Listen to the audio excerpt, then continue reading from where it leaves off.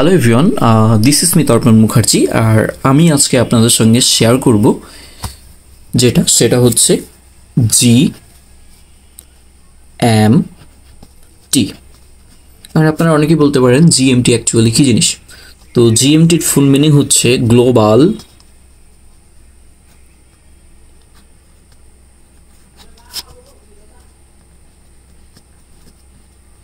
মিন time. Global mean time অথবা হচ্ছে আমরা এটাকে বলতে পারি হচ্ছে পৃথিবীর মধ্যভাগের সময়।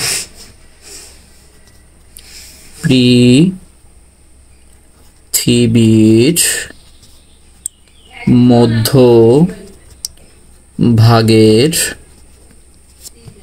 সময়। তাহলে হচ্ছে আমরা এখন বের করবো হচ্ছে জিএমটি অথবা হচ্ছে পৃথিবীর মধ্যভাগের সময়। তো এইটাকে যদি আমরা একটা পৃথিবী কল্পনা করি, আমাদের একটা কাল্পনিক পৃথিবী কল্পনা করি, এবং এই বরাবর আমরা যদি একটা রেখা কল্পনা করি, এইখান থেকে এই বরাবর আমরা একটা রেখা কল্পনা করলাম, যে রেখাটা আমরা মনে করলাম আমাদের পৃথিবীটাকে দুইটা খণ্ডে ভাগ করে ফেলছে। এবার আমরা হচ্ছে এটাকে আমরা লিখতে পারি হচ্ছে উত্তর গোলার্ধ। উত্তর গোলার্ধ। আচ্ছা, এইটাকে আমরা লিখতে পারি হচ্ছে দক্ষিণ গোলার্ধ।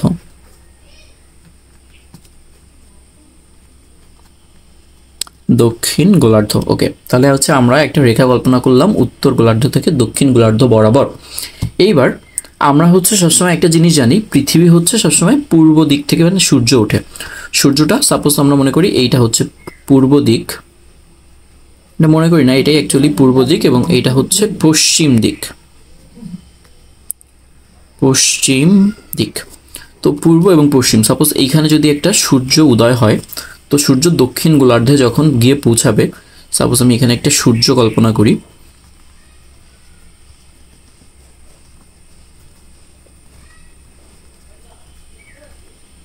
তো সূর্যটা কল্পনা করলাম, এই সূর্যটা যখন ঠিক উত্তর গোলার্ধে এসে পৌঁছাবে, তখন হচ্ছে আমাদের সময় হবে হচ্ছে দুপুর 12টা। দুপুর 12টা, ঠিক আছে। তো এখন আমরা বের করবো হচ্ছে জিএমটি, মানে হচ্ছে গ্লোবাল মিন টাইম। তো এই যে রেখাটা আমরা এখানে কল্পনা করছি, এই রেখাটাকে আমাদের বলা হয় হচ্ছে মূল মধ্য রেখা। তো এই রেখাটার নাম কি? এই রেখাটার নাম হচ্ছে মূল মধ্য রেখা। মূল মধ্য রেখা। তো এই যে মূল মধ্যরেখাটা আমরা এখানে লিখলাম, এই মূল মধ্যরেখাটাকে আমাদের সাধারণত বলতে পারি হচ্ছে জিএমটি অথবা হচ্ছে গ্লোবাল মিন টাইম।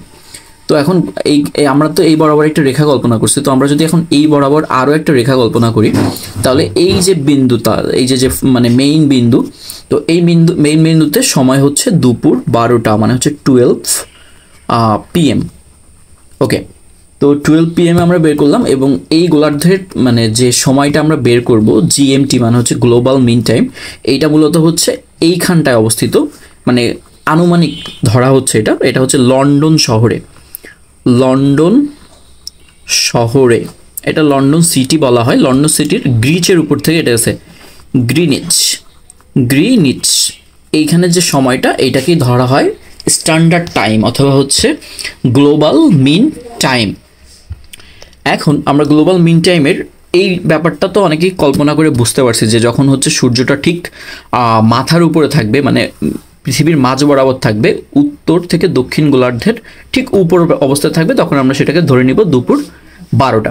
এবার আমরা হচ্ছে অক্ষরেখার এইখানে একটা ম্যাথ আমরা অনেকে করেছি বা অনেকে করে নেই, যেটাই হোক।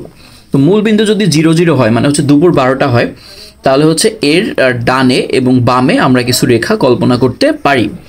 তো যখন দুপুর 12টা থেকে আমরা বাম দিকে সরতে থাকবো, তো দুপুর 12টা থেকে আমরা যখন বাম দিকে সরতে থাকবো, তখন আমাদের সময় মাইনাস হবে, -1, -2, -3, -4, -5, এবং এইদিকে হচ্ছে সময় প্লাস হবে 1, 2, 3, 4, 5, 6, 7, 8, এভাবে চলতেই থাকবে। তো এখন এই যে রেখাগুলো আমরা কল্পনা করলাম, এখন আমরা প্রতি এক ঘরকে যদি 5 মিনিট করে ধরি, তাহলে হচ্ছে আমাদের যখন এই দিকে যাবে, তখন আমাদের সময় কমতে থাকবে। সময় কি হবে? সময় কমে। আচ্ছা, আর এই দিকে যখন আমরা যাব, তখন হচ্ছে সময়টা বাড়বে, সময় বাড়ে।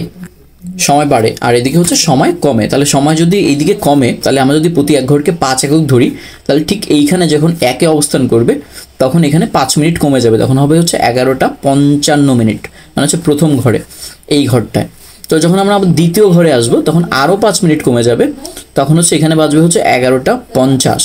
যখন তৃতীয় ঘরে আসবো তখন সময় আরও কমে যাবে, হচ্ছে 11:45। মানে কি, আমরা যদি মানে মূল মধ্যরেখাটা বের করতে পারি তাহলে আমরা যে কোনো সময় খুব সহজে বের করে ফেলতে পারবো। এবার যদি আমরা ডান দিকে যাই, আমরা এটাও প্রতি 5 ঘরকে এক একক যদি ধরি, তাহলে ঠিক এইখানে যখন অবস্থান করতেছে, এটা তো 12টা, এই রেখাটা তো 12টা, এবার যখন এইখানে অবস্থান করতেছে তখন সময় হচ্ছে 12:05 PM।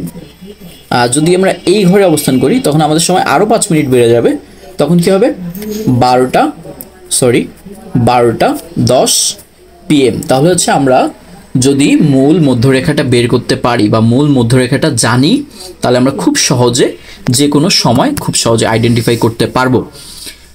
এমন সুন্দর সুন্দর ইনফরমেটিভ ইনফরমেশন পেতে অবভিয়াসলি আমার ইউটিউব চ্যানেলের সঙ্গে থাকতে হবে। এবং আমি আরেকটা জিনিস বলি, এটা যেহেতু উত্তর এবং দক্ষিণ গোলার্ধ, এটাকে বলা হয় মূল মধ্যরেখা। আর এই বরাবর যে রেখাটা আমরা কল্পনা করছি, আমরা এটাকে বলতে পারি হচ্ছে নিরক্ষরেখা, নিরক্ষরেখা, অথবা আমরা এটাকে বলতে পারি হচ্ছে বিষুবরেখা, বিষুবরেখা।